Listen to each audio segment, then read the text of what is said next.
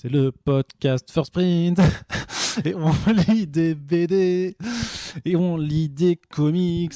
Et on se retrouve pour en parler. Hey, c'est le podcast First Print. Corentin me laisse tout seul. Il aime bien faire ça pour se foutre de ma gueule. Ça rime. Bah, Waouh. je suis auteur-compositeur, moi, monsieur.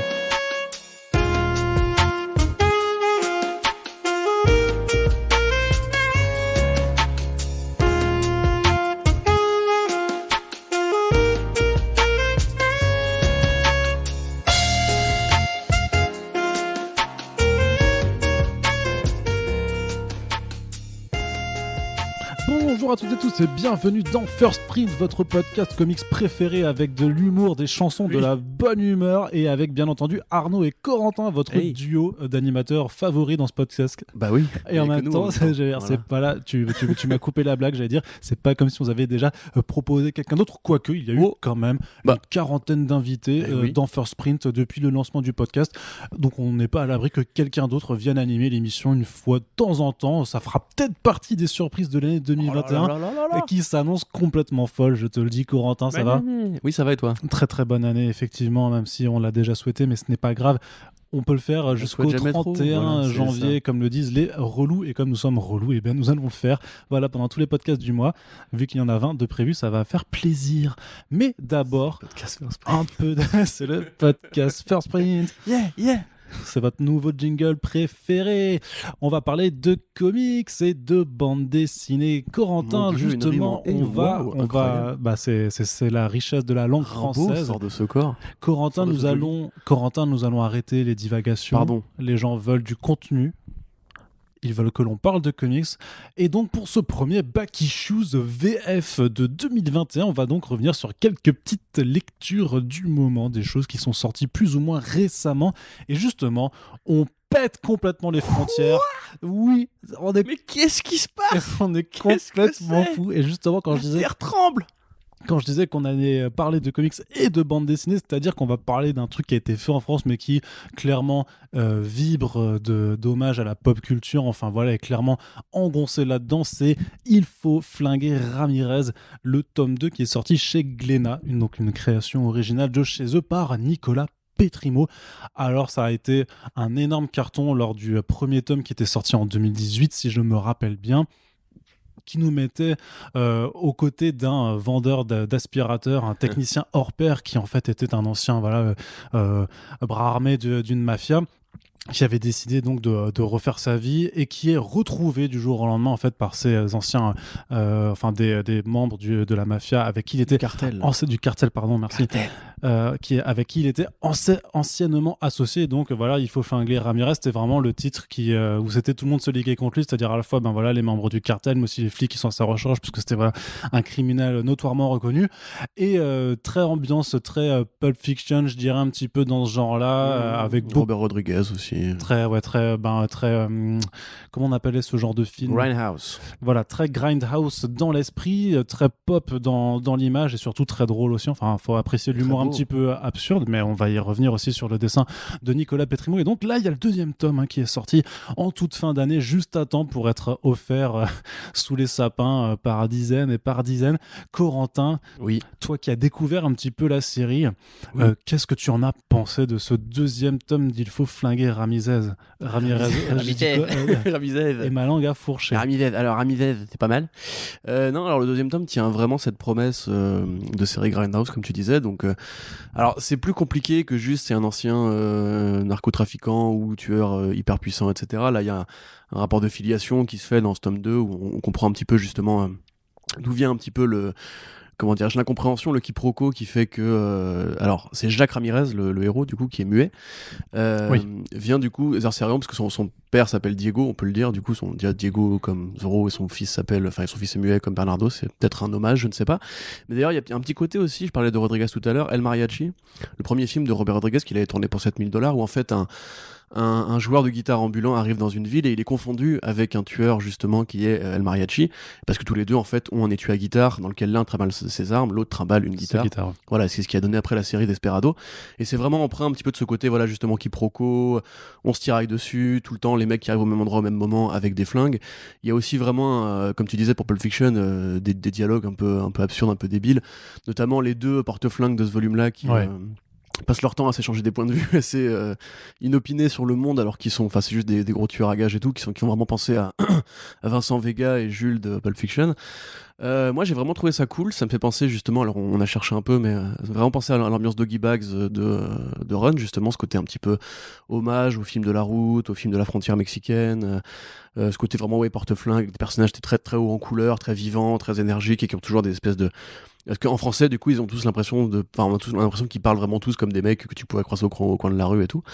C'est vraiment super agréable à lire, c'est très joli, ça fait effectivement assez jeu vidéo aussi dans l'approche. Tu sais, espèce de scène de jeu vidéo un peu indé, justement très années 80. Si vous avez pas lu le tome 1, il y a un QR code dans l'album, dans l'album, qui vous fait un résumé explicatif. Et justement, il y a une bande son très années 80, c'est très drive, très Hotline Miami, avec voilà, ces sonorités un peu au synthé et tout qui vous résument le truc. Et je pense que c'est un peu l'ambiance qui est convoquée. Ça se passe dans les années 80. Du coup, il y a vraiment un bel hommage, notamment au niveau des bagnoles. Les designs sont assez carrés, c'est vraiment très, très propre, très léché. On voit un côté réaliste au niveau des structures de carrosserie et tout. Le décor assez fin, assez ciselé.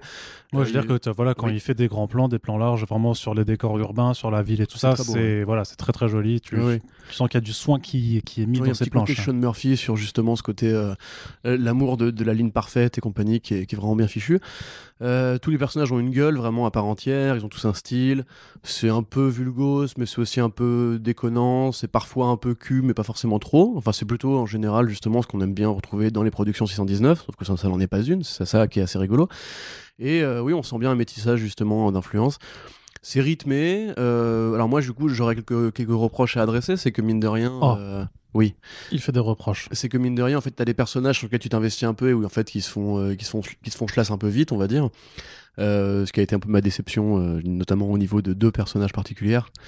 Mais grosso modo, ouais, c'est vraiment justement ce côté, le film de genre, un petit peu. Ouais, c'est ça, ouais. La grosse série B, mais tellement bien dessinée qu'elle justement s'assume comme un vrai bon truc, parce que quelque part, quand on dit série B en général, on pense à ces codes de fiction, la vengeance, l'héritier, le cartel, les rencontres fortuites et compagnie, et puis même tout ce côté qui travaille vachement, tu sais, avec l'imagerie, parodie de la culture pop, le côté un peu satire de la culture américaine, parce que dedans ce volume-là, il y a des pages de magazines, il y a des fausses publicités. Oui, il y a quand même un accompagnement en fait dans l'univers absurde par rapport notamment après, tu sais, avec ce délire presque fétichiste sur les aspirateurs, tu vois. Oui, carrément, mais ça c'est génial, c'est le mec vraiment est amoureux de son modèle de proto, je sais pas quoi, la boîte qui fait les aspirateurs, et le mec vraiment, le nouvel aspirateur, c'est vraiment, c'est la perle, tu vois, c'est limite le MacGuffin en mode, alors pas du tout, et il y a évidemment... surtout que ça se passe, enfin je te coupe, mais tu sais que ça se passe dans les années 80, alors que vraiment l'aspirateur, enfin comme tu sais, l'électronique, l'électroménager qui est un peu le révolutionnaire pour la vie de famille américaine, c'est plus, enfin je le situe plus dans les années 60 vraiment, où c'était un peu quand l'électroménager arrivait vraiment dans les banlieues, enfin dans les familles américaines, tu vois, on te présentait vraiment comme le truc qui allait changer ta vie, que ce soit tout ce qui pouvait t'aider dans toutes les tâches ménagères, et là vraiment on est quand même dans vachement plus tard, et que, enfin je sais pas, pour moi les années 80 c'est plus genre les nouveaux télés, les VHS, mais et tout ça. Il y a aussi une frénésie de la tech, on va dire domestique dans les années 80, mais t'as d'autres succès pour des bagnoles ou pour les fast-food qui sont plus, on va dire, enfin moins anachronique par rapport à... T'as la fameuse Testarossa rouge justement dans la BD qui tire des roquettes. Voilà, donc c'est vraiment... Alors là on le décrit comme un truc assez rigolo, assez parodique. Il y a de l'humour, mais c'est quand même en sous-couche d'une histoire qui est assez sérieuse et assez sombre. Il y a vraiment des morts qui sont assez justement très western moderne, où ça défouraille vraiment sec par moment. Il y a un petit côté mise à prix aussi, je sais pas si t'as vu ce film de Joe Carnahan, où tu sais, c'est bien que je ne suis pas cinéphile, moi. Non, mais c'est pas un très grand film, mais c'est justement, ça joue un petit peu sur ce code-là aussi, tu sais, de différents points de vue, différents experts tueurs qui grosso modo vont s'affronter pour récupérer un prix commun. C'est vraiment la même énergie, c'est très américain, et justement, je reviens aux pages de magazine. Il y a aussi justement, alors il y a un faux Michael Jackson, il y a du coup, une actrice qui est l'un des personnages principaux qui a droit à une interview comme elle est beaucoup trop sexy, en fait, elle fait quasiment que des shootings, mais elle se rend pas compte que c'est des shootings et c'est le photographe qui lui dit ouais, tire-toi comme ça, tire-toi comme ça. Et elle dit mais c'est marrant parce que c'est des photographes professionnels, mais il n'y en a jamais un qui a réussi à me cadrer en entier dans le plan, tu vois. En fait, le photographe prend des photos de ses nichons et tout, enfin, c'est assez rigolo. Donc oui, c'est vraiment une série qui a de l'énergie, qui a du cœur, qui a vraiment une âme. Ça a gagné des prix pour le tome 1, j'avais checké ça, alors ça a gagné le prix lycéen de je ne sais plus quelle compétition, ça a peut-être gagné un prix Fnac d'ailleurs, je sais plus trop, mais c'est vraiment de la bonne BD française et comme tu dis, oui, qui est bardée de référents culturels. Et l'esthétique, ouais, me fait vraiment penser, mais en fait, j'arrive pas à retrouver les jeux vidéo auxquels ça me fait penser. Mais il y a vraiment ce côté qui découle un petit peu de la scène indé, justement, tu sais, qui cherche une espèce de code un peu stéréotypé comme Guacamelee ou Hotline Miami, mais là, c'est vraiment plus. Il faudrait que je retrouve le jeu auquel ça me fait penser, vraiment, ça que je n'arrive pas à mettre le doigt dessus. Mais c'est vraiment, oui, cette espèce d'esthétique très sud-américaine, justement, de la frontière, le métissage entre les cartels et l'imagerie, c'est du flic avec ses grosses Ray-Ban, son chapeau de sur la gueule et tout. Et ça fait carrément le taf, quoi. Franchement, c'était une belle découverte. Je te remercie d'ailleurs, Arnaud, de me faire découvrir ça. Ça me fait plaisir. Et je pense que ça pourra très bien correspondre à tous les mecs qui aiment bien Moutafoukaz, qui aiment bien Doggy Bags et compagnie, mais un peu plus sérieux, un peu moins horreur, on va dire. Et il y a un petit côté aussi Death or Glory, tu vois, justement, pour ce côté l'idéal de la route, clairement, bien sûr. l'Amérique rétro, l'Amérique des porte-flingues, les mafieux un petit peu absurdes ou en couleur et tout. Et c'est vraiment, ouais, c'est bien. Ouais, en tout cas, on ne sait pas si c'est quelque chose forcément duquel vous étiez passé à côté, parce que ça avait quand même fait pas mal de bruit lors de la sortie du premier tome. Hein. Ça a non seulement été très bien reçu par les critiques, il y a effectivement eu des prix, et en plus, on sait qu'en termes de vente, ça avait fait un carton plein, tout simplement. Et donc, le deuxième tome était très attendu. Je veux dire, Nicolas Petrimo est passé dans Pop Pop Pop avec Antoine Decaune. Voilà, donc ça fait quand même partie de ces auteurs qui ont assez de... on va dire qu'ils sont assez remarqués pour passer sur ces émissions à très large antenne. Et justement, on l'a pas évoqué, mais ça fait aussi très dessin animé. L'animation, c'est vraiment un style. Mais après, Nicolas Petrimo a fait de l'animation avant. Hein. De mémoire, il a fait de l'animation avant. Donc. Ouais, et justement, c'est cette espèce de pureté graphique qui, quelque part, se mélange assez bien avec ce côté un petit peu le grand détournement, on va dire, au niveau des dialogues. C'est qu'il y a un peu de le film de Edgar Wright, là. Oui, Baby Driver. Ouais, tout à fait. Un petit peu de ça aussi quand même. Bah, en fait, voilà, c'est ce côté mélange entre film de genre qui est mine de rien assez sérieux dans l'approche, avec un côté un peu parodique, second degré. Et alors effectivement, il y a Baby Driver, il y a beaucoup de films anglais qui ont ce ton-là, mais j'ai envie de dire que c'est un truc très français, ça justement. C'est ce qu'avaient dit les mecs qui ont créé Last Man, plutôt les mecs du dessin animé Last Man, Sarfati et Perrin. Ils avaient dit, nous, on s'est plutôt inspiré de la version française de Hokuto no Ken et de Nicky Larson, donc City Hunter. Et là, c'est pareil, tu vois, c'est un truc qui est assez sérieux, qui est vraiment très premier degré au niveau du scénario lui-même, mais au niveau des dialogues, au niveau du ton, au niveau des fringues, au niveau de la parodie et compagnie, il y a une surcouche de second degré qui justement fait très française, fait très mélange des genres en fait, à la fois BD un peu parodique, un peu coconne, et à la fois avec un scénario et une esthétique qui est vraiment super léché, super travaillé, qui a un rythme qui décélère jamais et tout. Enfin vraiment non, mais je dirais putain de bonne lecture de début d'année et bravo à cet auteur que je ne connaissais pas. Eh bien, d'ailleurs, puisqu'on mentionnait Doggy Bags avant, donc il a bien fait une histoire dans Doggy Bags avec El Diablo, dans l'un des numéros de cette anthologie. Et oui, bah écoute, j'ai envie de dire, Nicolas, si tu nous écoutes, on aimerait bien faire un podcast avec toi pour aborder Ramirez de plus en profondeur. Donc si tu as un petit peu de temps, n'hésite pas à nous faire signe, parce que de toute façon, on va clairement t'écrire dès qu'on aura fini d'enregistrer. On passe à la suite, puisqu'on a quand même pas mal de bouquins à chroniquer dans ce Back Issues VF. Et on passe du côté de Panini avec un ouvrage qui s'appelle Spider-Man M. Mary Jane. C'est le premier tome. C'est sorti il y a quelques mois déjà. Hein. C'est pas le truc le plus récent, parce que c'est sorti l'automne dernier chez Panini. Qui avait lancé une nouvelle collection qui s'appelle Marvel Next Gen. Donc le principe, c'est simplement en fait des bouquins qui sont un format un peu plus petit que les cartons habituels, et justement qui sont en souple mais avec une pagination assez importante, mine de rien, puisque là-dedans on a quand même 4 et 3 et 11 numéros pour un prix de c'est 10,95 €. C'est 11 balles, ouais, c'est ça. Le rapport prix-poids est imbattable pour le coup. Et surtout est remarquable du coup chez Panini, qui est quand même un éditeur reconnu pour être le plus cher du marché sur le comics. Mais arrête-moi si je me trompe, ça me fait penser justement aux offres un petit peu Urban Link, on va dire, parce que c'est vraiment de la lecture jeunesse. C'est un peu une façon assez similaire d'opérer de la part de l'éditeur. Panini a fait plusieurs choix éditoriaux au cours des derniers mois de proposer différents types de publications, en tout cas de varier les formats. C'est-à-dire que voilà, on a les Marvel Next Gen, donc en brochet, qui effectivement font penser à ce que Urban a pu faire avec Urban Link, mais à côté ils ont aussi même pris du Marvel Kids et pour publier en fait les Marvel Action de IDW, voilà, eux ils les publient, faudra que je te les montre en fait en format cartonné mais grand format BD franco-belge, et du coup c'est un album que tu peux retrouver par exemple dans les grandes surfaces à côté d'un Garfield ou des BD Les Simpsons, et clairement c'est comme ça que ça vise. non mais c'est comme ça que ça doit marcher, tu sais. J'ai même vu, là je suis passé il y a pas si longtemps chez un Gibert où je voyais que le Star Wars IDW chez Delcourt en fait est aussi publié maintenant. Il y avait une publication de Star Wars chez Delcourt en format BD franco-belge, quoi, et le dessin était un peu jeunesse, quoi. C'était vraiment l'adaptation en BD jeunesse de l'ascension de Skywalker. C'est comme on en avait parlé pendant le podcast des prévisions 2021 par rapport à Kinaï qui ne voulait surtout pas ranger ses comics au rayon comics. Et ça va, là on voit la stratégie, je trouve qu'elle est pas idiote, parce qu'effectivement cette BD là, moi je la filerais pas, je pense, à lire, on va en parler, mais à un public de fans juste de Spider-Man, tu vois. Non, d'autant plus que Spider-Man n'est pas forcément présent. Plutôt, ouais. Alors, de quoi ça parle, Spider-Man M. Mary Jane. Donc, c'est un ensemble en fait de mini-séries qui se suivent, qui sont toutes écrites par Sean McKeever avec Takeshi Miyazawa au dessin. Alors, il n'est pas toujours ancré par la même personne, mais parce que notamment quand il s'ancre pas tout seul, c'est-à-dire quand il est ancré, parfois il est ancré par Norman Lee, et sinon il s'ancre tout seul. J'ai l'impression qu'il y a d'autres personnes. Et bon, on va parler du rendu graphique après, mais disons que quand c'est du soap opéra adolescent. Tout à fait. J'allais dire sur de quoi ça parlait. Voilà, c'est donc Mary Jane à sa bande de potes au lycée. Vraiment s'intéresse à elle en tant que lycéenne. Donc elle traîne avec Harry Osborn, qui est potentiellement son crush, son love interest. Elle a aussi Liz, sa meilleure amie, et Flash Thompson, qui est donc fait partie de cette bande. Et donc, voilà, grosso modo, c'est, comme l'a dit Corentin, du soap opéra à force d'intrigue amoureuse. Alors le point de ligne principal au début, c'est le bal de fin d'année, comme dans beaucoup de comédies de rom-com adolescentes. Et voilà, donc Liz et Flash sont ensemble et veulent être donc le roi et la reine du bal du lycée. Et Mary Jane, on lui conseille bien de sortir avec Harry, surtout qu'ils se connaissent depuis longtemps, ils sont très amis. Et puis Harry, c'est quand même le beau gosse du lycée. Ouais, c'est le gosse de riche. Le gosse de riche, tout ça.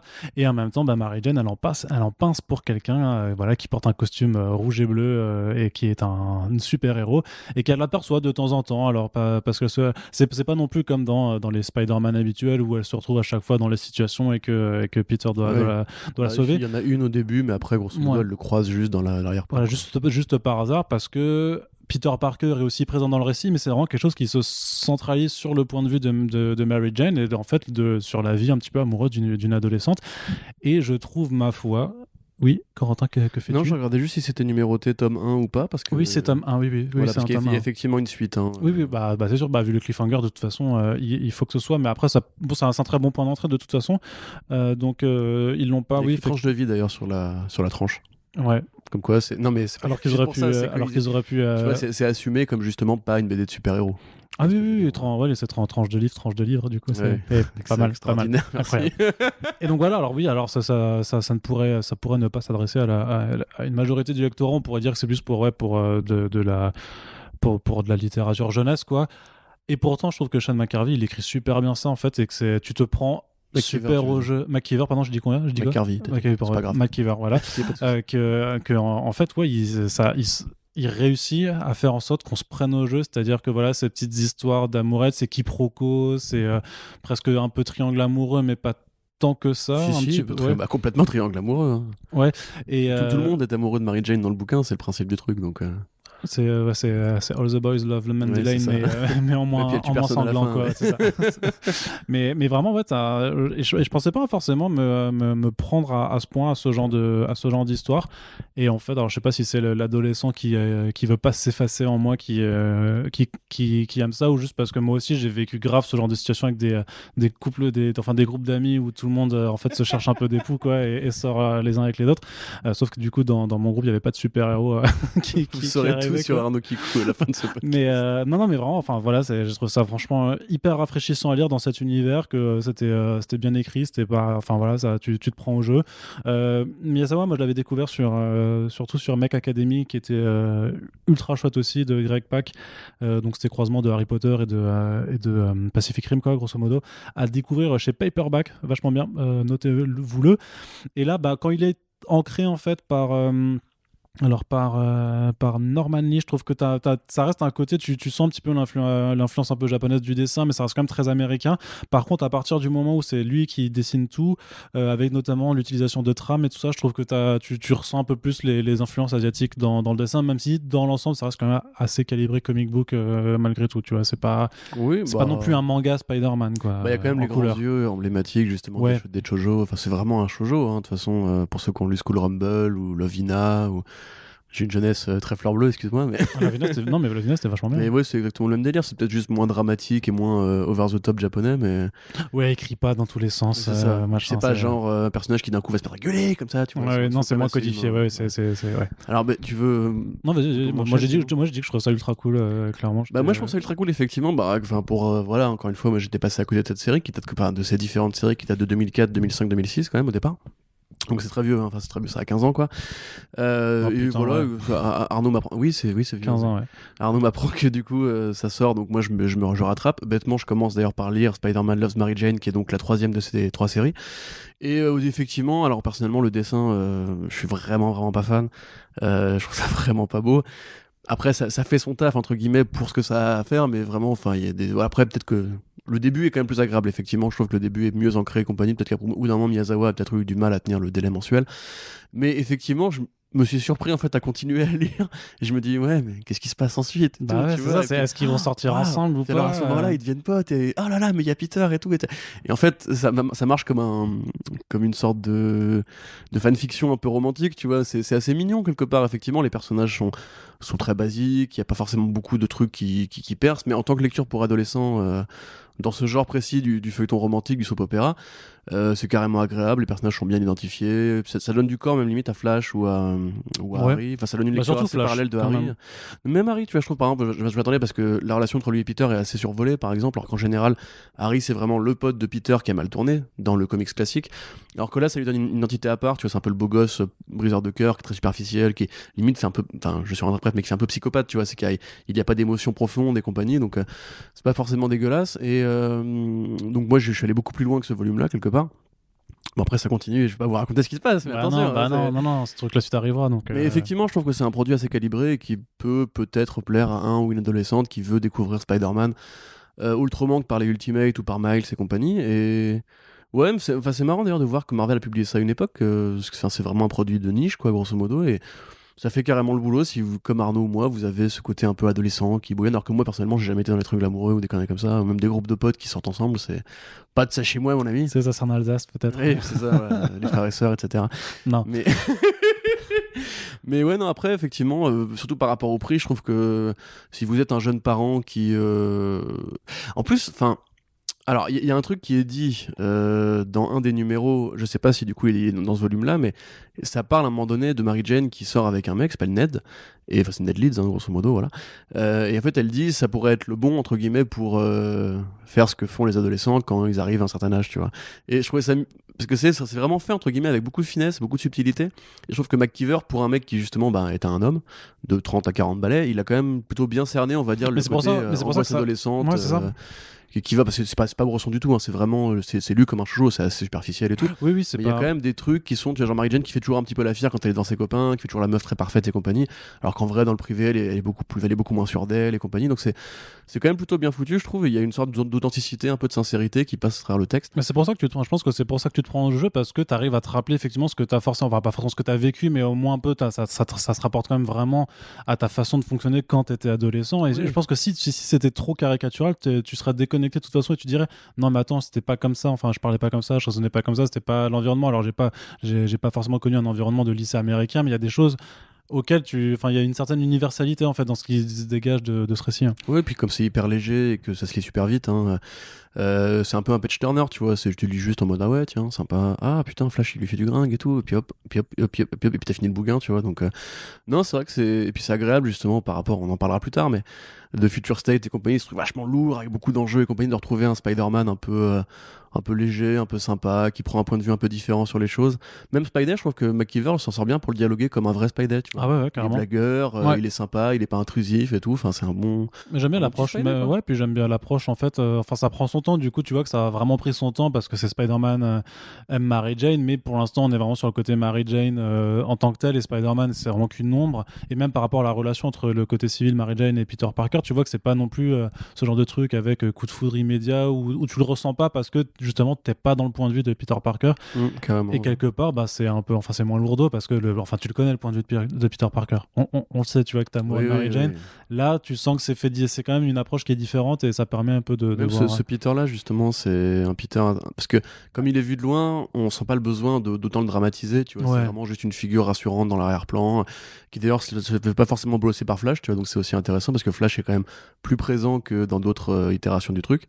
Alors on sent justement qu'il y a eu le passage du temps, parce que par rapport au début de Ditko où Flash était vraiment juste la brute épaisse stéréotypée et qu'après il a pris de l'importance au fur et à mesure des réinterprétations.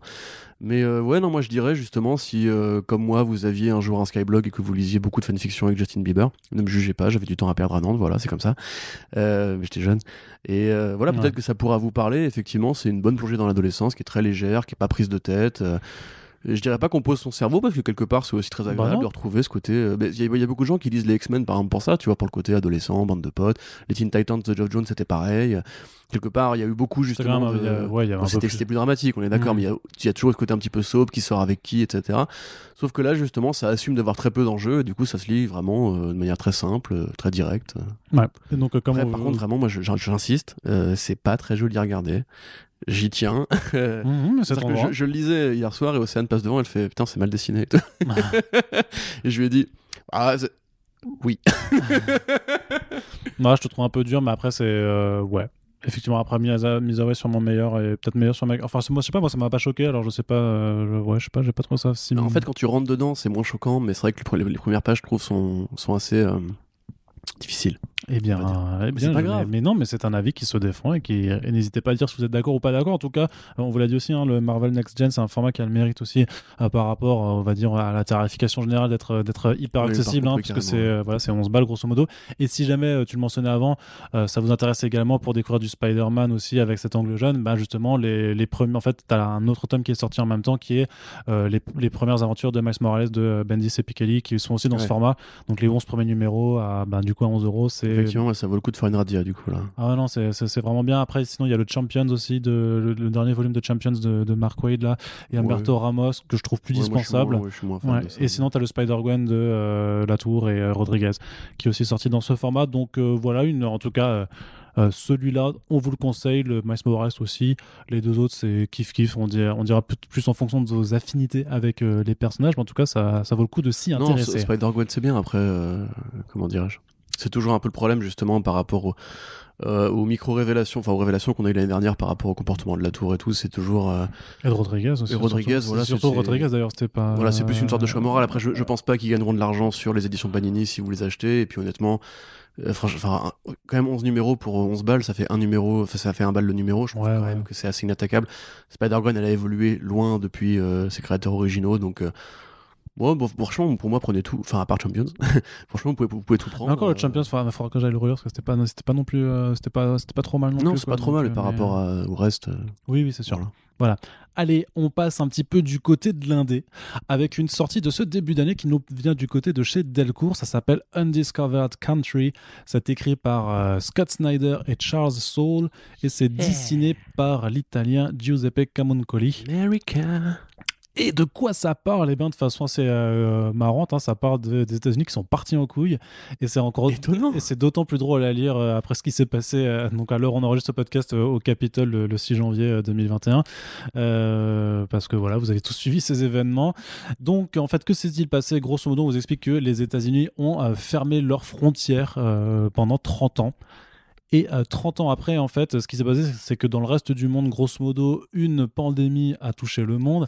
Alors, à noter que quand même, c'est un titre qui est sorti en 2019, bien avant que la pandémie de Covid-19 ne soit sortie. En octobre 2019, à la Comic-Con de Paris, j'avais pu interviewer Camuncoli, et le premier numéro venait de sortir, ou allait sortir, et il venait juste d'annoncer que les droits avaient été achetés pour une adaptation en film, quoi. Donc c'était quand même, ça précédait ces événements, mais c'est très... D'ailleurs, c'est comme ça un petit peu que Delcourt a joué pour la promotion, en disant que le passé a rattrapé la fiction, puisque effectivement, pour le coup, on pourrait pas être plus dedans. Donc grosso modo, voilà, donc il y a une pandémie qui a touché le monde pendant que les États-Unis se sont fermés. En fait, deux grandes alliances, si tu veux, internationales se sont constituées et ne sont pas forcément en bonne relation, mais à un moment il y a un message qui est envoyé de ces États-Unis duquel on n'a plus de nouvelles, en leur disant: envoyez une équipe de telles personnes qui viennent de ces différentes coalitions, on les accueillera dans nos frontières, et en échange vous aurez un remède contre ce virus Azur. Le vaccin Pfizer. Voilà, c'est ça en fait. C'est donc c'est contre le virus Azur qui vous rend tout bleu et vous fait mourir de façon assez triste. Et sauf que cette équipe qui va être envoyée, donc de personnages divers et variés, va se retrouver en fait dans un pays qui est complètement transformé dans tous les sens du terme, qui n'a pas grand-chose à voir avec ce que le message vidéo leur donnait. Et à partir du moment où ils rentrent dans ce pays et qu'ils s'y crachent, ils vont devoir apprendre à faire avec les nouvelles règles du jeu et comprendre un peu comment les États-Unis se sont développés, on va dire. Enfin, c'est pas forcément qu'il y a un bon développement, mais en tout cas, ils ont clairement changé. Et c'est un petit peu le jeu de découvrir ce monde en même temps que le lecteur. Corentin. Oui. Qu'en as-tu pensé? Tu veux vraiment je sais que toi tu es je sais que toi tu es salé. Je suis assez salé. T'es pas forcément très content. Je suis pas content du tout. Ah, t'es pas content du tout même? Je vais le dire tout de suite, pour moi vous auriez tort de l'acheter. Ah. Voilà qui est dit. Ça dénonce. Non, alors le propos est vraiment... Enfin, je vais commencer par autre chose. Le synopsis est vraiment intéressant. C'est-à-dire que le propos, justement, c'est une parodie, ou plutôt une extrapolation, une anticipation de l'esprit isolationniste des États-Unis, qui donc part de Trump, évidemment, avec ce côté refaisons une politique centrée sur les États-Unis, mettons un mur à la frontière, rendons plus difficile l'accès au pays pour les musulmans, etc. Enfin, toute la politique de Trump, grosso modo, qui a inspiré pas que Scott Snyder et Charles Soule, mais plein d'autres créateurs. Et effectivement, ça part grosso modo comme ça, et très vite, en fait, on s'aperçoit que ça va plutôt être une sorte de Old Man Logan, croisé avec du Walking Dead, on va dire, dans un paysage d'États-Unis. Un petit peu de Mad Max. De Mad Max. Le Mad Max, je pense qu'il n'aura pas forcément vocation à durer, parce que, pour vous résumer très vite, évidemment, une fois qu'on a ouvert la boîte de Pandore des murs, dans les États-Unis, à l'intérieur même, il y a différentes zones, on va dire, qui s'isolent entre elles. Donc, ce qui fait du coup très Old Man Logan, avec les différentes régions contrôlées par des seigneurs de guerre, etc., dans un monde dystopique où le mal a gagné, parce que le mal gagne toujours. Et notre petite équipée va essayer à la fois de comprendre qui les a fait venir, est-ce que le vaccin existe, est-ce que y a pas des traîtres au sein du groupe. Et moi, le problème que j'ai déjà, c'est les personnages. Je trouve qu'ils ont vraiment ils ont pas de corps. Pour moi, c'est particulièrement la journaliste, je la trouve extraordinairement agaçante. Avec ce tatouage là. Ouais. Pour moi, c'est abject justement de filer ce rôle-là à ce personnage-là dans le monde entre guillemets post-Trump, où la presse a vraiment un rôle à jouer, ou a vraiment une implication politique très forte. Là, c'est un personnage motif assez bête, inutile. Les deux héros, leur histoire me paraît vraiment... Enfin, ça me captive pas, grosso modo, parce que c'est un frère et une sœur, donc qui sont nés aux États-Unis, qui après ont migré. On t'explique que leurs parents font partie un petit peu du grand complot. Ils avaient un pote qui s'appelle le Dr Sam, et donc ça fait Oncle Sam, parce que c'était le pote de leurs parents. Et grosso modo, en fait, au-delà de toutes ces considérations par rapport à l'écriture même, parce que l'écriture de Scott Snyder m'a toujours un peu paru balourde, dès qu'il veut mettre trop d'enjeux, en fait, c'est un peu le problème que j'ai avec lui. Il y a un truc qui vraiment m'énerve, c'est que j'ai pas l'impression que la série a vraiment un propos sur le présent. C'est-à-dire que elle développe plus une sorte de symbolisme sur l'Amérique au global, tu vois, c'est-à-dire que t'as justement plein de références sur l'histoire des États-Unis, t'en as un qui chevauche un bison, t'as le héros avec ses cornes, donc comme les chasseurs originaux, etc. Ils sortent tous des grandes tirades qui sont un peu vides de sens à mon sens, enfin à mon avis, et j'ai du mal à comprendre de quoi parle en fait le bouquin, parce qu'à la fois il passe au départ pour une critique de l'Amérique, et puis une fois qu'ils sont à l'intérieur, ça devient une sorte de vision très fantasmée justement d'idéaux américains qui n'ont pas l'air en fait de gêner vraiment les personnages qui veulent quelque part à la fin sauver l'Amérique, tu vois. T'as même un truc par rapport à... surtout sauver le reste du monde en premier lieu. Ouais, mais je sais pas en fait. Eux, ils veulent se battre. Enfin, l'équipe qui arrive dans le territoire veut récupérer le remède et se barrer parce que c'était ça qu'on leur avait dit de venir faire. Mais tu vois, c'est le truc que j'ai. T'as juste le scientifique qui lui par contre a fait sa thèse là-dessus et il étudie. Voilà, il est complètement fasciné en fait parce que ce que sont devenus les États-Unis, et vu qu'il est sur le terrain, lui forcément il veut rester pour étudier. Mais je trouve que justement ce truc-là, il y a un côté un peu non partisan, c'est-à-dire qu'à la fois les États-Unis sont le méchant, mais à la fois justement t'as Uncle Sam, t'as cette espèce d'imagerie de l'Amérique des pères fondateurs qui dit il faut arracher le pays aux mains des fascistes, ou plutôt même des fous qui s'en sont emparés, et du coup il y a pas vraiment de discours, on ne dit pas l'Amérique sont les méchants, on te dit juste l'Amérique est partie en vrille. Et, c'est avec l'adhésion des gens, tu vois ce que je veux dire. Enfin, il y a un truc qui moi me gêne au niveau idéologique, c'est j'ai pas l'impression que les mecs sachent vraiment où ils veulent aller. C'est un problème qu'avait déjà eu Charles Saul dans Letter 44, où grosso modo il t'explique qu'il y a une sorte de complot politique présidentiel avec le Deep State et compagnie, mais en définitive ça reste quand même dans un contexte très américain, avec justement des héros américains et un côté à la fin on est quand même les gentils, il y a juste des méchants qui se baladent parmi nous et il faut les éliminer. Et derrière ça en fait je trouve que du coup la série manque de trajectoire. Et ça devient juste en fait un défilé de belles pages avec des belles scènes d'action, mais il y a même des symboles qui sont lourdingues, quoi. Je veux dire, t'as un moment donné, t'as le héros ou un des personnages qui a une chemise avec des stripes, tu vois, rouge et blanche, tu vois, donc ok, d'accord. Après, ils ont des espèces de grosses étoiles de mer mutantes dont ils servent pour bouffer les gens, enfin. Mais c'est bon, je suis pas débile non plus. Enfin, j'ai compris les étoiles et le drapeau, super. Il y a vraiment une sorte d'obsession pour les symboles lourdeaux, et c'est un truc que Snyder fait très régulièrement. Même je pense que Mad Max, à un moment donné, t'as un côté, donc t'as une bande à la Mad Max qui apparaît, t'en as un qui chevauche une sorte d'orque qui roule sur le truc, un truc qu'il avait déjà fait dans American Vampire. Enfin, il y a vraiment des trucs que je me dis, mais c'est bourrin, quoi, tu vois, ça fait penser à The Wake, en fait. Tu vois, dans The Wake, la partie futuriste... C'est carrément plus bourrin que The Wake là-dedans. Ouais. En fait, tu vois, en fait, je suis... alors, deux, trois trucs. D'une part, ouais, le symbole... En fait, le truc, c'est qu'il y a une lecture, je trouve... qui est beaucoup trop américaine en fait. C'est marrant, c'est clairement un bouquin qui est écrit par deux ricains qui nous parlent vraiment de ce qu'ils pensent de leur pays, mais pas forcément en voulant s'adresser à des personnes extérieures, tu vois. Et je pense que c'est peut-être pour ça que ça a si bien fonctionné aux États-Unis, parce qu'à l'époque ça avait enregistré le plus gros nombre de précommandes chez Image depuis je sais pas, un numéro de Walking Dead facile, un truc comme ça. C'était le plus gros lancement d'un titre indé depuis je sais plus depuis longtemps. Et ouais, quand t'as pas été élevé dans l'esprit américain, ce qui n'est pas notre cas, tu passes à côté de certaines choses, ou alors t'es pas réceptif, et du coup ça part un petit peu, tu vois, ce que... le symbole du train, par exemple, tu sais, avec ouais, bien sûr, le symbole clou qui sert à faire la jonction entre l'Ouest et l'Est, qui est la fameuse première voie. Ouais, ça on peut pas l'avoir, tu vois, mais Ulysse Grant, machin, etc. Mais les mecs, ils t'en parlent comme si c'était biblique, tu vois, mais t'as envie de dire, c'est un train, quoi. Enfin, ouais, non, mais en même temps, tu peux pas empêcher que pour eux, c'est quelque chose de plus important. C'est comme si pour nous, la Tour Eiffel, tu vois, c'est un truc de ouf. Mais c'est là que je te dis, il y a une dichotomie, c'est qu'à la fois, on te montre que clairement, la trajectoire qu'ont pris les États-Unis depuis Bush, grosso modo, depuis la guerre froide, mène vers cette espèce d'apocalypse, pour eux en tout cas, mais en même temps ils restent super amoureux de leur histoire, en mode c'est les États-unis, mais parce qu'il faut les sauver quand même, bien sûr. Mais les Américains sont très patriotes de mémoire, donc je sais, mais c'est pas ce que j'imaginerais, c'est pas ce que j'imaginais en fait. Quelque part, c'est un peu moi qui fais du coup un procès à la série pour ce qu'elle n'est pas, de ce qu'elle est. Mais enfin, tu vois, je pense à Judge Dredd par exemple, quand les Anglais ils te parlent de futur déliquescent, ils te disent bien que l'Angleterre c'est de la merde, tu vois, il y a pas de côté la fière Albion, tu vois. Mais parce que peut-être les Anglais détestent profondément leur gouvernement, leurs instances politiques. Et je trouve que du coup, le titre a un peu le cul entre deux chaises, et quelque part, moi je suis resté vraiment juste pour les dessins et pour les scènes d'action qui effectivement pour le coup caressent bien l'œil, quoi. Il y a pas de souci. Ouais, je suis d'accord que Kamungoli pour le coup il dessine ultra bien là-dessus, c'est carré. Je le rapproche un peu de Capullo limitant dans l'approche des visages un petit peu, tu vois. C'est plus fin quand même, mais oui, c'est vrai, c'est le dessin plus fin, mais mais après c'est et ça j'ai envie de lui poser des questions aussi là-dessus, mais de savoir en fait où est-ce qu'il allait rechercher les idées, des visuels, est-ce qu'on lui a donné ou est-ce que c'est lui qui les a proposés? Parce que du coup, lui, il est italien, je suis pas sûr qu'il soit forcément aussi américain de cœur que ses compatriotes, que ses collègues, même s'il a beaucoup travaillé avec l'industrie américaine.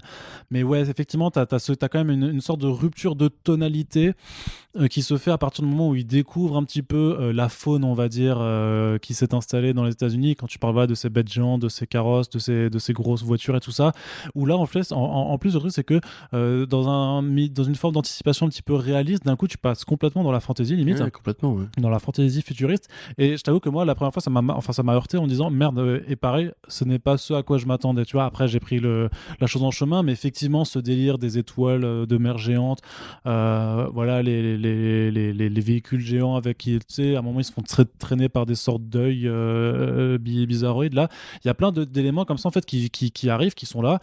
On t'explique pas trop pourquoi ça aurait muté comme ça, quelles seraient les raisons génétiques, environnementales et tout ça. Le vilain du premier arc, grosso modo, il y a des choses. Lui, j'aime juste son design, tu vois, il a quand même une bête de design pour le coup. C'est le mélange entre le cosmonaute, qui du coup, j'imagine, dans l'esprit de Charles Soule, parce que c'est plus Charles Soule qui, à mon avis, a créé les concepts.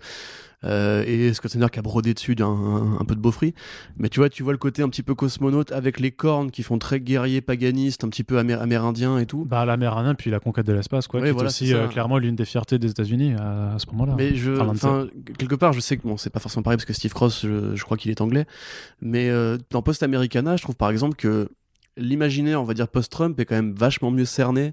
Et tu vois, quand tu vois les poulets mutants, on t'explique que c'est une résultante logique du fait que l'agroalimentaire, depuis très longtemps, drogue les poulets, dope les poulets, etc. Que là, effectivement, je trouve que, par exemple, les étoiles de mer, c'est vraiment pour avoir... Il est canadien, c'est voilà. Les étoiles de mer, c'est vraiment juste pour avoir des étoiles, tu vois. En plus, elles sont bleues. Il y a vraiment des trucs, ouais. C'est vraiment comme, pour moi, dans The Wake, où en fait, le dessinateur, merci Arnaud. Sean Murphy. Merci, je crois que oui, Sean Murphy. Bien sûr. Sean Murphy avait créé un univers très riche, très complexe et très travaillé pour un truc qui au final disait pas grand chose de précis. Là, c'est l'inverse. J'ai l'impression qu'ils ont créé un univers visuel qui est très, très, très riche pour en fait sous-tendre des scènes d'action et du symbolisme qui en fait est très facile à comprendre, tu vois. C'est très facile. Après voilà, il faut aussi se dire que on a tendance parfois à vouloir trop intellectualiser certaines choses et que peut-être que c'est je sais pas de la façon dont pareil un lecteur américain va comprendre ces symboles ou pas ou ne pas. Mais c'est vrai que pareil le symbole de ce personnage de Sam quand il fait tu sais la posture célèbre là celle-là elle est lourde, tu vois, celle-là elle est lourde, tu vois, donc mais il a le même look, oui, c'est la ça. barbichette et tout. Et c'est là en fait où je trouve que ça devient effectivement lourdeau, donc à voir après qui des deux, qui des trois aussi, à voir comment Cameron Collis s'approprie un petit peu l'univers aussi, mais de voir comment ils ont géré toute la symbolique qui est sous-jacente. Mais je trouve qu'il y a des personnages qui sont quand même, le personnage du colonel, tu vois, par rapport à son vécu, ça, il y a quand même des backstories qui sont plutôt bien travaillés. Je trouve que l'ensemble du casting, ça est pas dégueulasse non plus à suivre parce que c'est des personnages assez variés dans leurs histoires, dans leur rapport personnel, mais tu peux pas empêcher qu'effectivement il y a des grosses ficelles. Alors toi tu dis que par rapport à la beaufrie de Snyder, clairement c'est sûr que après avoir lu Death Metal, quand tu arrives encore une fois sur cette double page qui fait vraiment le marquage, on va dire, d'ambiance, d'un coup tu dis putain mais il est encore là-dedans, tu vois, et c'est des envies que t'arrives pas à écarter de l'ensemble de ces productions de ces 3 dernières années, quoi, tu vois. Mais tu vois, il y a un truc par rapport à ce que tu dis, c'est à un moment donné, tu sais, ils arrivent dans une sorte de centre commercial où en fait, tu as un expert historique qui est là pour leur faire un petit peu justement les points de jonction parce qu'ils sont dans un futur où les États-Unis ont un peu été oubliés, donc le mec en question, c'est une sorte d'archéologue des États-Unis, grosso modo. Et il commence à expliquer, alors c'est un Walmart mais qui a été racheté par Amazon après un événement qu'il appelle le Peak Browse, je sais plus comment ça s'appelle exactement, mais et là t'as un personnage qui lui dit merci, on n'a pas besoin d'un cours d'histoire.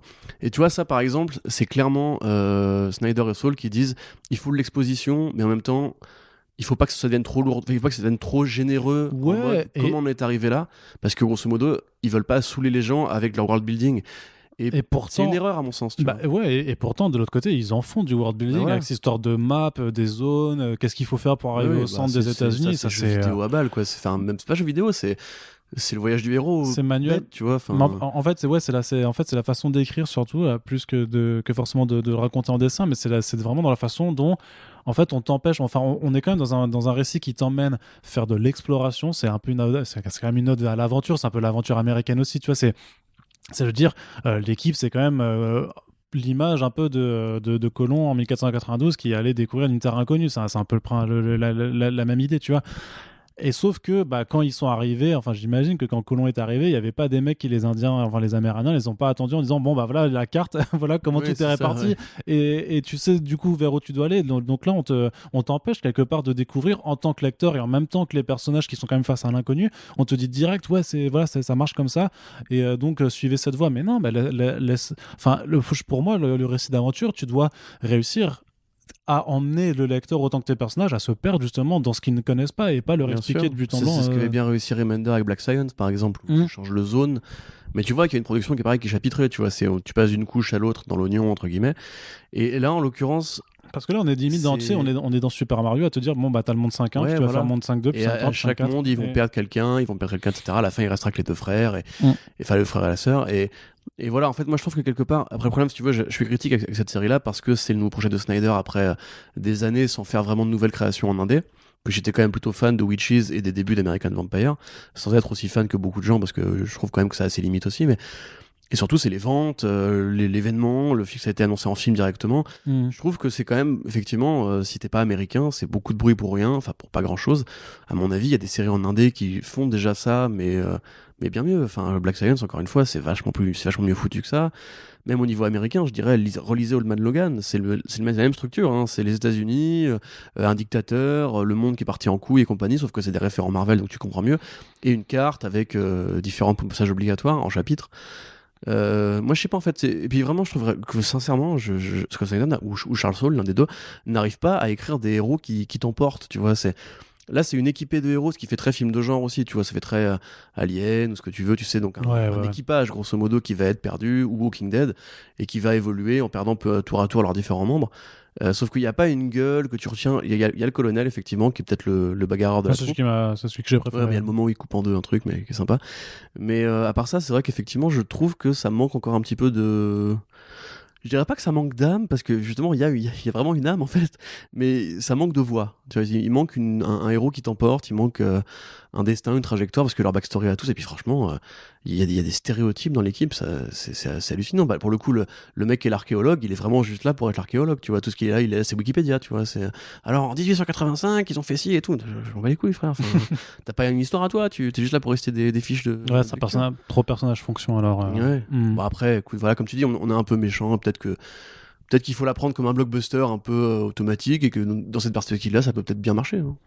À voir, de toute façon, hein, faudra suivre. Enfin, ça continue en VO, hein, faudra rattraper notre retard là-dessus. Mais en tout cas, donc, si ça vous intéresse, c'est disponible chez Delcourt, donc un tome qui comprend les 6 premiers numéros, et c'est vendu du coup 17,50 €. Voilà, donc en édition cartonnée normale, quoi, comme chez. Pour 6 numéros. Ouais, c'est ça. Ok. Oui, c'est le prix habituel. Non, mais c'est pas un commentaire, je voulais juste voir où ça s'arrêtait, c'est tout. Ouais, c'est ça. Et on passe à la suite, sans transition, pour retourner vers du super-héros, Corentin, avec Young Justice tome 2 qui est sorti là aussi, alors du coup tout récemment, hein, à l'heure où on enregistre ce podcast, hein, il est sorti aujourd'hui quand on enregistre. Et donc Young Justice tome 2, c'est le deuxième tome, en toute logique, de la série écrite par Brian Michael Bendis, avec du John Timms surtout au dessin et quelques autres artistes invités.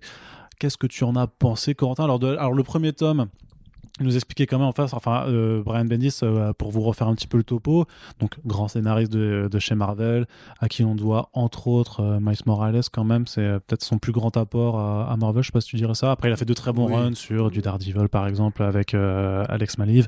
Il a fait d'autres il a fait beaucoup de crossovers, il a fait aussi des X-Men, il a tout fait chez Marvel. Il était un peu le Geoff Johns de Marvel pendant un certain temps quand même. C'était l'un des architectes, comme on disait. Après, c'est avec Mark Millar, c'est le plus grand scénariste de Marvel des années 2000, qui a concocté la plupart des trucs vraiment très marquants. Il a dessiné l'histoire de Marvel, il a fait quasiment effectivement tous les personnages importants. Mais oui, voilà, on va plus s'en souvenir pour son Ultimate Spider-Man, son Daredevil et puis plein d'autres trucs bien. Secret Invasion, c'était lui ou pas? Tu me poses une colle, peut-être. C'est pas collaboratif, Secret Invasion? Ouais, parce qu'il y a du Jason Aaron et peut-être tout le ça capitaine aussi, du navire, peut-être, je ne sais pas. Enfin bon, tout ça pour dire que voilà, donc énorme scénariste qui est arrivé chez DC, on en attendait beaucoup de lui, surtout qu'au début, voilà, quand il avait été annoncé, on nous a clairement dit il va faire plein de trucs. Donc il avait repris Superman Action Comics d'un côté, il reprenait ses titres indés du Jinx World, dont Cover qui est toujours excellent et incroyable de David Mack, Urban, je sais pas ce que vous attendiez, mais publiez-moi ce truc, c'est pas possible. Et en même temps, il lançait un imprint spécial jeunesse, on va dire, alors pas jeunesse dans l'orientation des titres, mais pour la jeunesse de DC Comics, que ça s'appelait Wonder Comics, avec Young Justice, Naomi et Wonder Twins. Donc il n'écrivait pas tout, mais en tout cas il supervisait l'ensemble. Les Wonder Twins, c'est de Mark Russell et Steven Byrne, donc c'est super rigolo, c'est toujours très sarcastique, et donc ça s'attache à ces deux personnages un peu désuets qui sont en stage en fait pour la Justice League et qui découvrent un petit peu la façon dont fonctionne notre civilisation, parce que ce sont deux extraterrestres. Donc c'est vachement bien. Je crois qu'on vous l'avait déjà un petit peu abordé dans un Back Issues, c'est possible. Ça saurait dire. Sinon on le refera parce que voilà, c'était quand même vachement cool. Naomi, c'est avec David F. Walker à l'écriture, donc qui est aussi à l'écriture de Bitter Woods, si je ne m'abuse. Oui. Et c'était dessiné par Jamal Campbell. C'était hyper beau. Naomi, c'est une création originale. C'est un peu peut-être la Miles Morales wannabe de DC Comics en tout cas. Morales, ça reprend un peu ces mêmes schémas de construction et c'est un personnage. On l'a déjà dit, je te coupe, excuse-moi, mais Brian Bendis du coup a adopté deux petites filles. Il a deux filles qui sont noires américaines et je crois latino aussi. Et donc effectivement, il a infusé dans différents personnages cet amour qu'il a pour ses enfants. Chez Marvel, il a fait Ironheart et Miles Morales, et donc chez DC, il n'a pas pu s'en empêcher. Il a fait Naomi. Mais peut-être que DC lui a même demandé de refaire ça, donc elle avait droit à sa propre mini-série baptisée Naomi Season 1. On attend toujours des nouvelles de la saison 2, mais qui lui permettait en fait de faire découvrir cette personne qui savait, grosso modo, qu'elle avait quelque chose de particulier, dont on apprend au fil des numéros qu'effectivement elle ne vient pas vraiment de la Terre et que par conséquent elle a aussi quelques facultés. Je voulais découvrir ça parce que c'était vraiment très très bien écrit et surtout c'était hyper beau. Jamal Campbell, c'est une vraie brute au dessin. Et il y avait la Young Justice, donc qui reprenait vraiment un groupe de jeunes super-héros, donc avec Robin, enfin avec Tim Drake, avec. Tu veux dire Drake? Ouais, non mais attends, on va y revenir avec donc Tim Drake, avec Superboy version Connor Kent. Il y avait Wonder Girl, donc Cassie Sandsmark. Il y avait aussi Impulse, Bart Allen. Et Jenny X. Et voilà, et Jenny X et également donc Teen Lantern, qui était de nouveaux personnages créés. Et grosso modo, c'était de reprendre vraiment cette équipe de Young Justice qui existait par le passé, mais de les remettre ensemble alors qu'ils ne se souviennent pas qu'ils ont eu une existence commune avant. C'était notamment Bart Allen, Impulse, qui avait été effacé par le reboot d'In New 52, et voilà, et que progressivement on avait fait revenir avec le Rebirth. Et donc dans le premier arc, dans le premier tome, ils se retrouvaient tous sur Gemworld, donc le monde parallèle un peu chevaleresque d'Amethyst. Et ils réussissaient à en sortir à la fin, après leur tribulation, sauf que en fait, le conseil de Gemworld leur fait à l'envers, et au lieu de les renvoyer chez eux, ils les balancent au hasard dans le multivers. Et donc, c'est un peu ce qui va se passer dans ce tome 2. Grosso modo, c'est un peu une balade à travers le multivers. Ça commence très très fort, par exemple, avec l'arrivée sur une terre toute mignonne qui est dessinée du coup par Dan Hip, qui est connu pour avoir ce style très cartoon, très enfantin. Et qui a fait des backgrounds sur Teen Titans Go, notamment, et Teen Titans Go to the Movies, qui est un dessinateur génial.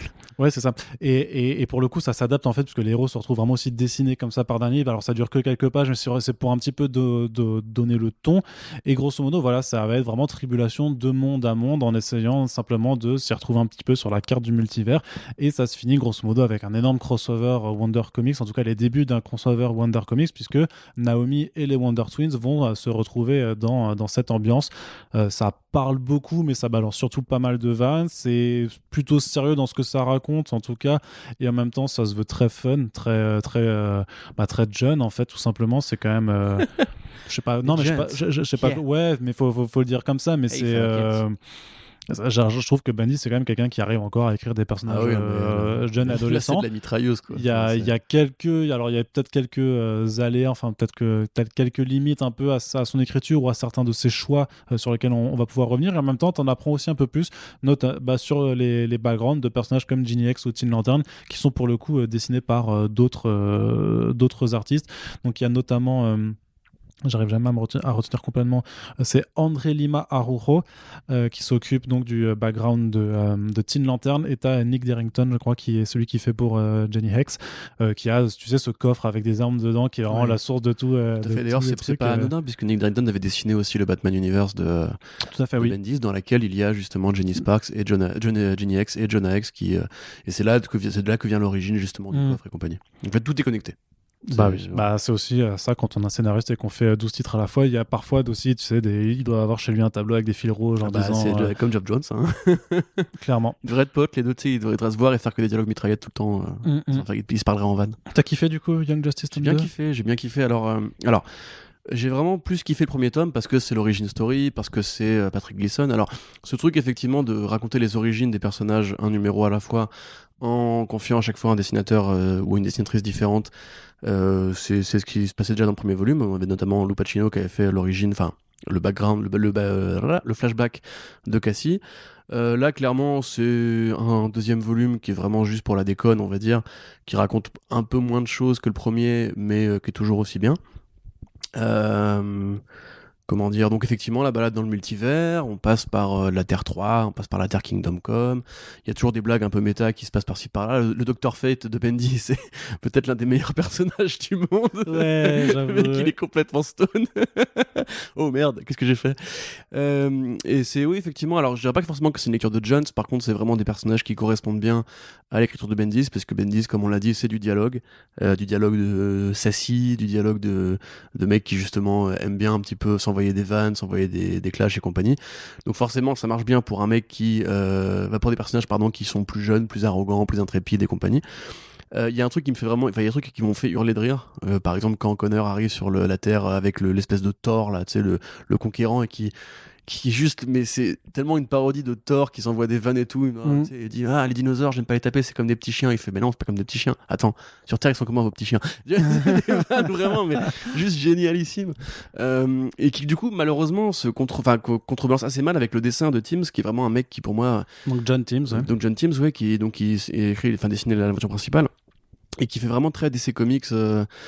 Comment dirais-je, de routine, quoi. C'est vraiment le mec qu'on met un peu sur les séries qui ont pas un artiste vedette et qui ont besoin juste de mitrailler un peu. Là encore une fois, je vais pas être très gentil, comme avec Miyazawa, je trouve ça vraiment pas joli. Mais sans forcément être agressif au niveau du visuel. Ça se lit, c'est pas forcément tout le temps désagréable, mais il y a vraiment des pages qui sont assez dégueulasses, notamment celle où il charge en baston, en effet, et compagnie, parce que t'as un gros combat au milieu de ce volume-là qui est pour le coup pas très joli à regarder. Au niveau des designs, justement, on voit que c'est un peu du John Timms parce que c'est pas très inspiré. Grosso modo, la Young Justice va croiser des contreparties négatives d'eux-mêmes.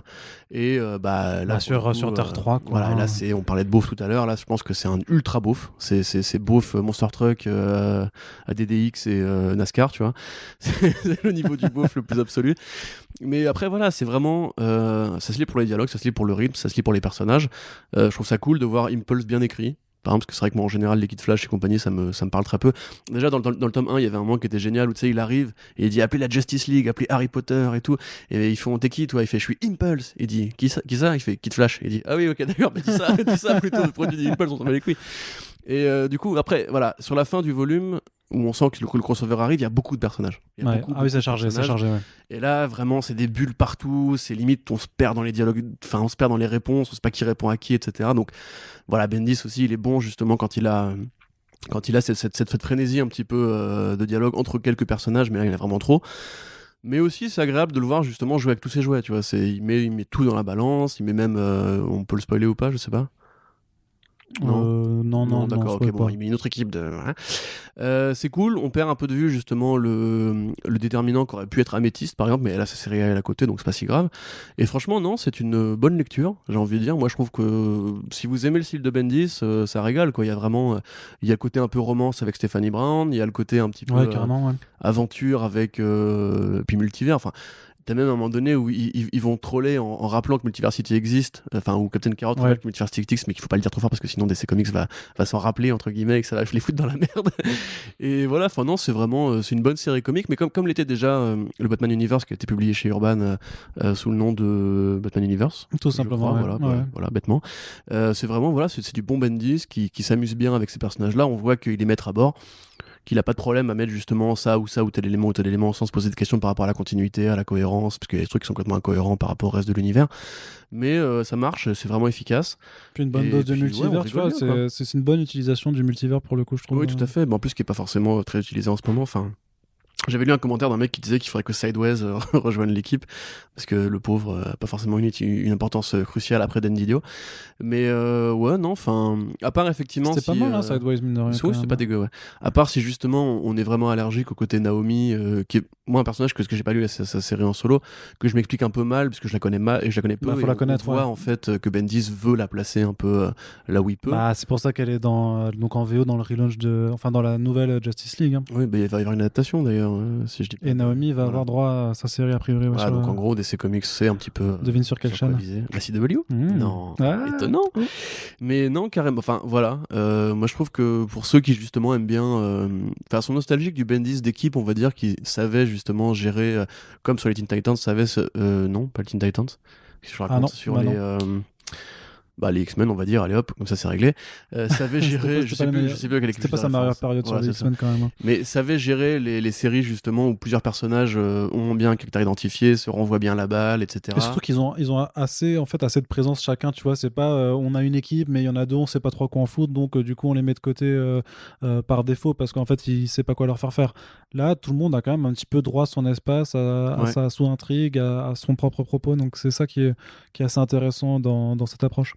Oui, voilà. Je suis d'accord avec toi. Merci. Et du coup, Drake, on en parle? Par contre, ouais, alors voilà, non, mais il y a quelques choix de forceurs quand même, parce que ça reste Bendis aussi, donc tu pouvais noter Naomi, hein, que tout le monde peut pas, n'a pas forcément envie d'adopter comme le fait Bendis par rapport à son entreprise là-dedans. Mais effectivement, tu as aussi un changement, alors c'est pas forcément est-ce que c'est un spoiler ou pas, je sais pas, mais c'est le choix de vouloir en fait faire s'appeler Team Drake plutôt que Robin et lui administrer un nouveau... Red Robin.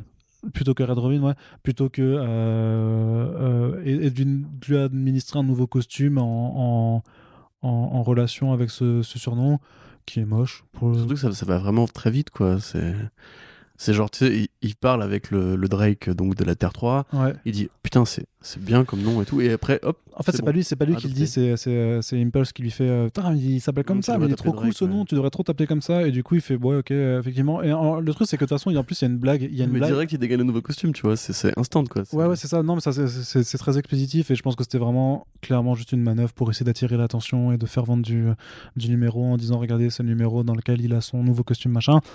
Après, le truc, c'est qu'il y a une blague qui passe absolument pas parce qu'elle était intraduisible pour la VF, parce que le Drake, en fait, c'est une espèce de canard, mais là, c'est pas beau, tu vois. Sauf que le Drake aussi, c'est une forme de dragon, en fait. C'est Wyvern, je crois, tu vois, aussi, tu vois, c'est les vouivres, en fait, qui sont dans la fantasy, voilà, une espèce de dragon. Donc, c'est pour ça, en fait.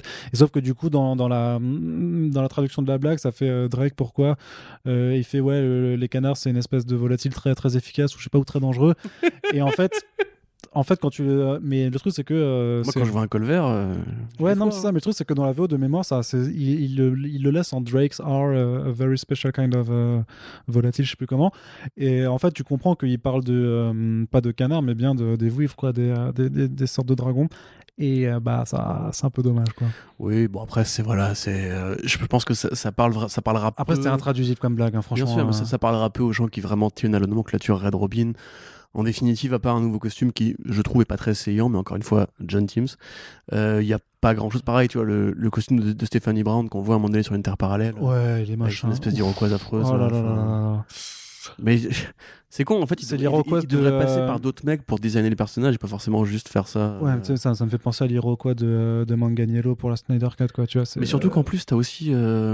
Alors, aide-moi, c'est. Attends, mais c'était Harper Luthor aussi. Oui, Harper Row qui avait cette vieille Iroquoise. Mais t'as un moment donné, t'as un personnage sur Terre 3, je crois que c'était Harper Row, je me suis dit le troll ou quoi, je sais pas. Mais pareil, t'as Luthor L, qui est donc la contrepartie de Connor Kent, qui lui, justement, pareil, a une sorte de coupe afro, enfin. Je sais pas, de coupe afro, de coupe iroquoise. C'est peut-être que les mecs n'ont pas d'imagination, ils s'imaginent que quand le monde va mal, tout le monde se fait une iroquoise. Tout le monde est des punks, tu vois. C'est ça. Ça, c'est les coupons des années 80 qui ouais, ça fait très. Ouais, non, ça fait très. Voilà. Dans Streets of Rage. Ouais, c'est ça.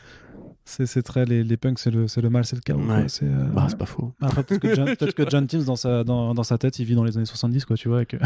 Oui, ou alors il a pas d'imagination, mais après, voilà, honnêtement, moi je dirais qu'à part les dessins, et heureusement, de toute façon, on sait que ce genre de séries-là sont amenées à avoir un roster roulant.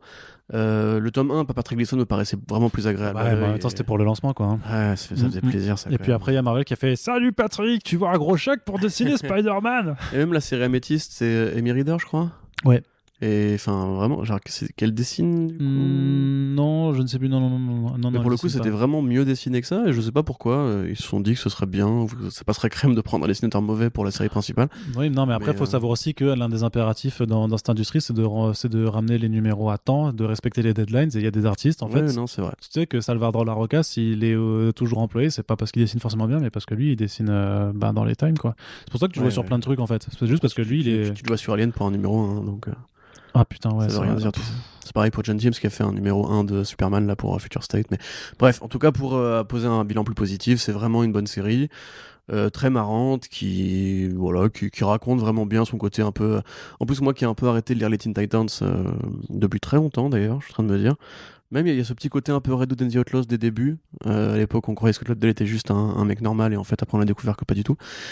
Sur la dynamique de groupe, c'est un peu tous des jeunes un peu sympas, pas forcément paumés. Il y a pas ce côté Bresson qui peut parfois aller avec les Titans, c'est le côté un peu complexe adolescent. Là, c'est vraiment juste mais c'est des vrais. Enfin, il y a un peu une forme d'insouciance, quoi. Tu vois, même s'ils sont pris dans des trucs un peu plus ou moins complexes. Une série sourire. C'est ça. Finalement. Et donc c'est bien Amy Reader qui dessine aussi effectivement sur. Ouais, ça pour le coup c'est très très joli. Très bien. Bah écoute Corentin, je crois que c'est la fin. Eh ben non, ce n'est pas la fin. bah non.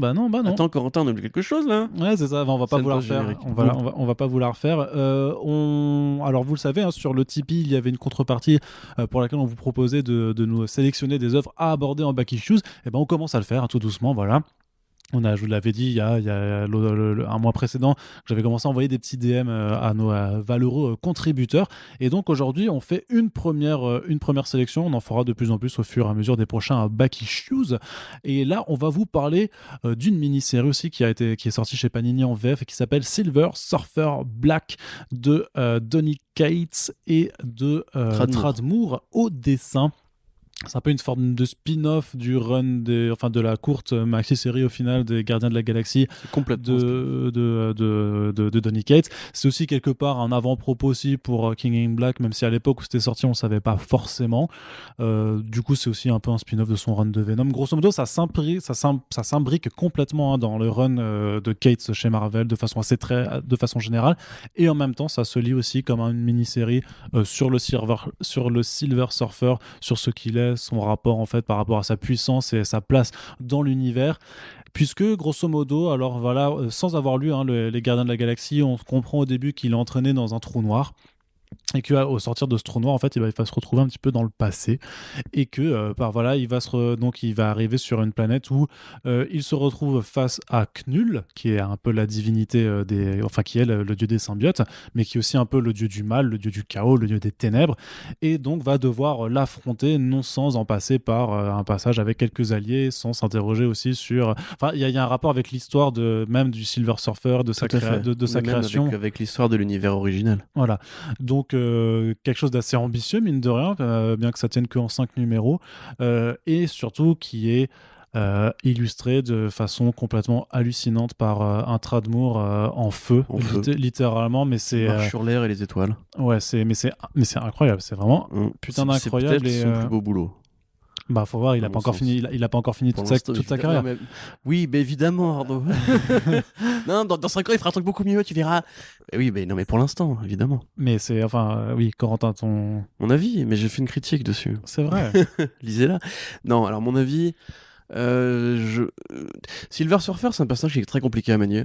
Et généralement, en fait, il faut un bon dessinateur parce que c'est un personnage qui appelle à la grandeur de l'espace et à un concept qui est justement essentiel à Marvel, mais essentialiste, on va dire même à Marvel, qui est le cosmique kirbien. C'est-à-dire espèce de cosmique où, en gros, les étoiles sont pas juste des structures de gaz dans lesquelles se reflète le soleil, mais qui sont vraiment, en fait, un monde vivant. Un monde vivant de dieux, un monde vivant de concepts abstraits qui prennent vie, etc. Et là, c'est vraiment un hommage à Kirby, un hommage à Ditko dans la folie de cet imaginaire que lui avait créé par rapport à Doctor Strange, parce que vraiment visuellement ça va très très loin, et effectivement une sorte de recherche sur le symbole du Silver Surfer en tant que chevalier de la lumière. Ouais, c'est ça. Qui va affronter le chevalier noir, donc chevalier des ténèbres. Donc c'est très, j'allais dire homérique, Homère n'a pas écrit sur les chevaliers, mais c'est très arthurien, on pourrait dire, ou c'est très même justement très pur, on va dire, en termes de symbole. C'est vraiment la lumière qui affronte les ténèbres. Mal, oui, c'est ça, exactement, voilà. Et à l'origine de l'univers, donc quelque part, c'est même une belle allégorie du combat des super-héros, etc. Enfin, c'est vraiment bien foutu. Et effectivement, comme tu disais, ça part sur Alors moi, j'avais pas lu ces Gardiens et je suis tombé dedans vraiment sans avoir. Et c'est pas du tout. Enfin, il n'y a pas besoin d'avoir lu les Gardiens de la Galaxie pour lire ce volume-là. C'est très autosuffisant. Et il y a vraiment une sorte de richesse au niveau de la magie de l'espace, au niveau de. Même quelque part, on pourrait voir l'allié entre guillemets que va avoir Silver Surfer dans son combat comme une sorte de Merlin, une sorte d'évocation de la nature, du druide, de ce côté vraiment la puissance de l'espace, la puissance énergétique de l'espace. Il y a aussi un personnage célèbre avec un casque très connu qui va aussi faire une petite apparition pour une rencontre qui est vraiment la poule ou l'œuf et qui est super puissante, on va dire, en termes justement d'hommage à Kirby, d'hommage à. Si j'ai vraiment envie d'en parler, mais je ne peux pas parce que ce serait spoilé. Ouais, elle est importante. Ouais, c'est important. Voilà, et c'est vraiment, enfin, c'est très beau, c'est très puissant, c'est vraiment. Après, bon, dans les faits, si on lit l'histoire toute bête sans se poser des questions par rapport à l'intellectualisation, comme tu dis, des concepts, c'est vraiment juste le Silver Surfer qui va combattre Knull et plus ou moins le vaincre, même si on sait qu'on peut pas vaincre les ténèbres, c'est le principe. Donc, il va retarder, entre guillemets, la venue de Knull du mieux qu'il peut. Un Knull qui a jamais été aussi virevoltant, on va dire, parce qu'effectivement, le Centre Admour rappelle beaucoup aux contours, aux formes et à des espèces de structures très psychédéliques. Aux courbes. Voilà, aux courbes, exactement, qui vont vraiment occuper l'espace, les cheveux de Knull, les grands bras interminables de Knull qui ont 4 coudes et compagnie, avec des espèces de proto-guerriers qui étaient un petit peu une sorte d'armée de premier, je sais pas, Nazgûl ou quoi, qu'il avait sous ses ordres. Et voilà, au niveau du dessin, ça tabasse la gueule. Au niveau du symbole, c'est très beau. Il y a même de l'art abstrait à un moment donné. Enfin, à la fin, il y a une sorte d'évocation des formes, d'évocation des structures qui est vraiment du pur Kirby, du pur Ditko au niveau de la folie visuelle qui peut amener en fait cette espèce d'univers de Dieu plein d'énergie, plein de lumière et compagnie. Et moi je le mettrais vraiment dans le top des séries du Silver Surfer, avec Parable, avec Requiem, avec tous les grands trucs qui ont été faits sur lui, avec aussi le volume de Dan Slott et Michael Red, parce que justement quand t'as un dessinateur comme Michael Red ou comme Tradd Moore, mais tu peux vraiment donner au Silver Surfer une énergie qui est vraiment très différente. C'est du cosmique pur, tu vois, du cosmique qui ne cherche pas à faire réaliste, qui ne cherche pas à faire science-fiction non plus. C'est vraiment des batailles de dieux, tu vois, grosso modo, à un niveau cosmique, tu vois. Ouais. Et c'est vraiment une putain de bonne série, ça m'avait assez surpris. Et comme tu disais, elle sert effectivement de points référentiels, puisque dans le premier tome de Venom de Donny Cates, on t'explique que Knull a été créé presque spontanément. Il est apparu dans les ténèbres, parce qu'il fallait, entre guillemets, les ténèbres, quand les Celestials ont créé l'univers. Et à ce moment-là, effectivement, le premier combat qu'il va faire, c'est donc contre le Silver Surfer, et que c'est aussi quelque part de là que va venir son envie d'aller voir un petit peu ce qui se passe au niveau des super-héros. Et voilà, c'est un petit peu comme tout à l'heure avec Bendis et Jenny X et compagnie, c'est dans le grand plan de Donny Cates par rapport à Knull et à King in Black et compagnie, ça a vraiment son rôle à jouer parce que ça te montre le premier combat originel qu'a dû mener ce super-héros-là contre le dieu du mal, grosso modo. Donc franchement, une très très bonne lecture, et pour Tradd Moore qui un jour méritera une statue tout en courbe à la gloire de son talent, parce que vraiment c'est très très... Je sais plus qui fait les couleurs, mais pareil, c'est beaucoup de rose, c'est beaucoup de bleu, c'est des couleurs assez vives, qui pètent vraiment, qui font très Silver Age. Et graphiquement, c'est le carton plein, quoi. Ouais, et ça mériterait presque d'avoir une édition oversized pour pouvoir apprécier en fait ces planches, parce que tu remarques les détails. Et pourtant, c'est pas si compliqué. Enfin, c'est pas un dessin ultra détaillé, tu vois, dans le sens, enfin, c'est pas. Juan Roseri par exemple, tu vois, ou Frank Whiteley qui mettent beaucoup de choses, qui chargent, mais c'est juste que les lignes, je sais pas comment dire, en fait, fabrique, transforme. Tu sais, il y a cette image avec toutes les mains qui arrivent à un moment sur cette planète, en fait, où tu as des centaines de mains qui apparaissent sur une double page comme ça, qui est vraiment, qui est complètement folle. Ouais. Et tu t'aperçois en fait que ça reste des traits assez simples, qu'il n'y a pas non plus, que c'est pas chargé.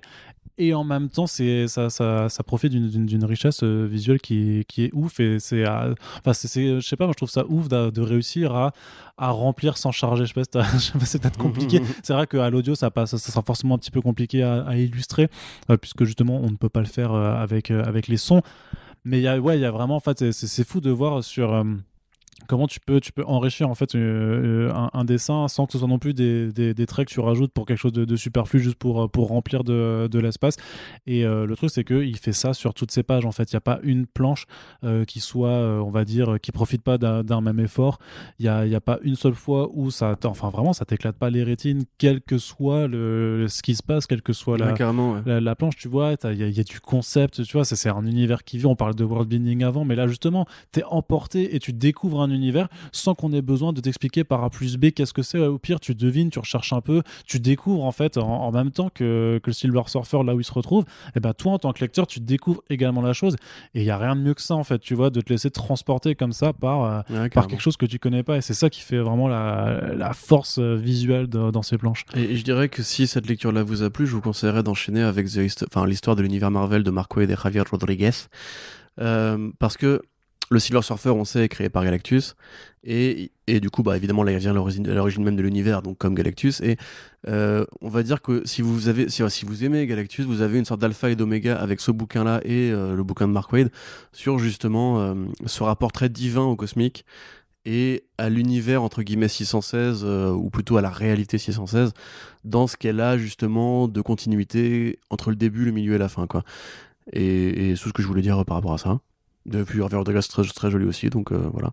Mais tu peux enchaîner maintenant, Arnaud. Bah, j'enchaîne avec la conclusion, puisque c'est vraiment pour le coup c'est la vraie fin de ce podcast. Donc voilà, ça fait une bonne heure passée en notre compagnie, ça fait toujours plaisir. Hein. C'est un peu ça les back issues, c'est les petites alors il y a les front pages de 2h30 là, c'est la bonne barbaque, tu vois. Voilà, c'est le bon truc pour être bien fat. Et voilà, et les back issues c'est plus le sandwich que tu grignotes et tout, léger, mais quand même consistant. Ça te tient bien dans le beat, parce que malgré tout, si vous décidez d'aller lire tout ce qui a été chroniqué, ben vous en avez quand même pour quelques heures. Donc on espère que l'une ou l'autre de ces sorties vous intéressera. N'hésitez pas surtout aussi à nous dire si vous n'êtes pas d'accord avec l'un ou l'autre avis. Par exemple, si vous trouvez que Corentin notamment, parce que c'est toujours de lui qu'il s'agit, est trop sévère contre l'un ou l'autre titre, vous pouvez nous le dire. En tout cas, trop coulant. Ouais, si moi je suis trop cool, clairement. Trop coulant. Trop coulant, non. Trop coulant. Bah non, ça c'est. Trop sympa. Trop sympa, trop gentil. Voilà, trop gentil. Bah, trop généreux. Je ne suis que gentillesse. Donc n'hésitez pas en tout cas à nous faire vos retours, à partager l'émission. N'oubliez pas aussi que dans les liens de la description du podcast, vous pouvez commander tel ou tel album chez nos amis de Comics Zone, et que ça nous file un petit coup de pouce aussi. Et ma foi, eh bien, on se dit à très bientôt pour le prochain Back Issues. Salut.